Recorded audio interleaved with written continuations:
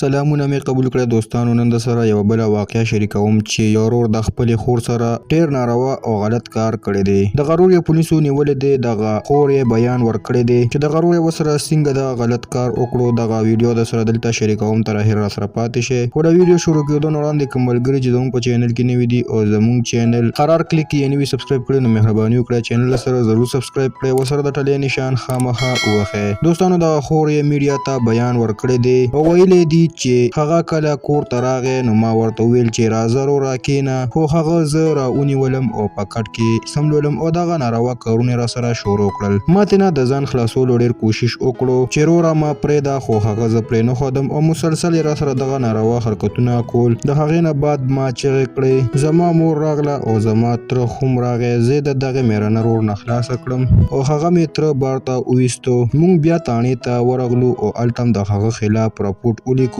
دغه خلک پولیسو ونیولو او په ګاډي کې کېنولو او روان یې کړو، خو دغه خلک یې په نیمه لار کې واپس پرېښوستو. هغه یې تاڼې ته هم بونتلو ځکه چې هغه ولا پیسې ورکړې او د پولیسو نه ځان خلاص کړو. دغه جینۍ وایي چې ما سره د انصاف وشي او دغه خلک دې ګرفتار کړي شي او د سخت نه سخته سزا دې ورله ورکړي شي، ځکه چې د یوې خور په عزت باندې لاس اچولی دی. د دې سزا دې هغه ته خامخا میلو شي. دوستانو داسې ډېرې واقعګانې مخې ته راغلې چې پلار د لور سره، ورور د خور سره او لیور د رندار سره او سخر د انګور سره داسې ناروا کارونه وکړل. الله تعالی دې داسې انسانان تباه او برباد کړي او داسې حال نه دی الله تعالی هر مسلمان وساتي. حکومت له هم پکار دی چې داسې ظالمان دې زر ته زره ګرفتار کړي او د سخت نه سخته سزا دې ورته ورکړي، ځکه چې ډېر ناروا او غلط کارونه کوي د خپلو خپلوانو سره. دوستانو نن ویډیو زموږ تر دې ځایه پورې وه چې د سره مو شریکه کړه. د نورو داسې معلوماتي ویډیوګانو دپاره د سره زموږ قرار کلیک چینل ضرور سبسکرایب کړئ. مننه کوم چې ویډیو مو سره تر اخره پورې وکتله او د بلې ویډیو پورې د الله په امان.